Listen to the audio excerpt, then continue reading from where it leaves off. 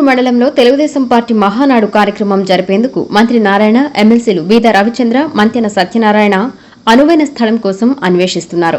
ఎమ్మెల్యేలతో కలిసి చంద్రశేఖరపురంలోని మితాని భూములను, రాచర్లపాడు ఇఫ్కో కిసాన్ సెజ్ భూములను పరిశీలించారు. 3 రోజుల పాటు జరిగే మహానాడుకు సుమారు 5 లక్షల మంది పాల్గొనే అవకాశం ఉంది. అలాగే భారీ బహిరంగ సభ, దాదాపు 10,000 వాహనాలు పార్కింగ్ చేసే విధంగా స్థలం కావాలి. అలాగే భద్రతా చర్యలకు ఇబ్బంది లేకుండా ఉండాలి. ఈ మేరకు ఖాళీ స్థలాలను చుట్టేస్తూ మంత్రులు కసరత్తు మొదలుపెట్టారు. ఈ కార్యక్రమంలో రూరల్ శాసనసభ్యులు కోటంరెడ్డి శ్రీధర్ రెడ్డి, కోటంరెడ్డి గిరిధర్ రెడ్డి, రాష్ట్ర వక్ఫ్ బోర్డు చైర్మన్ అబ్దుల్ అజీజ్, పలువురు కూటమి నాయకులు, అధికారులు పాల్గొన్నారు.